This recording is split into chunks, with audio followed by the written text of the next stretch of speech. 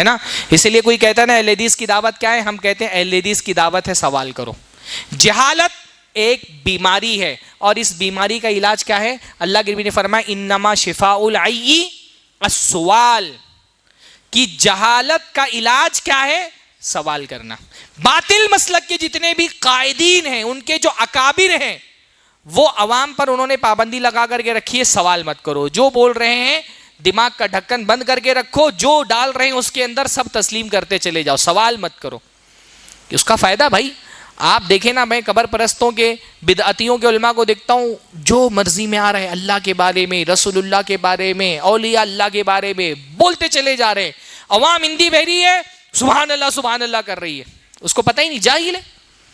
عوام جاہل ہے, اس کو اتنا تک کے علم نہیں دیا ہے کہ بھائی دلیل کس چیز کا نام ہے, عوام کو نہیں پتا. دلیل کے نام پہ جو پکڑا دیا رہتا ہے عوام پکڑ لیتی ہے. ابھی میں نے دیکھا پاکستان کے ایک حنفی مولوی ہیں, ناف کے نیچے ہاتھ باندھنے کی دلیل وہ یہ دے رہے ہیں, کیا نام ہے اس کا, عبد الواحد قریشی, ویڈیو میرے پاس موجود ہے. وہ بول رہا ہے بھائی ناف کے نیچے ہاتھ باندھنے کی دلیل یہ ہے, عقلی دلیل, کہ مرد کی شہوت کیونکہ ناف کے نیچے ہوتی ہے تو اس لیے مرد نماز میں ناف کے نیچے ہاتھ باندھے, اور عورت کی شہوت کیونکہ سینے پر ہوتی ہے تو عورت سینے پر ہاتھ باندھتی ہے. عوام خوش, اتنی بڑی دلیل مل گئی ناف کے نیچے ہاتھ باندھنے کی. عوام جاہل ہے نا, اس کو پتہ ہی نہیں.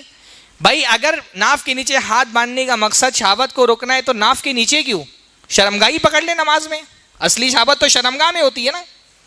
یہ کوئی دلیل ہے؟ اس کا نام دلیل ہے؟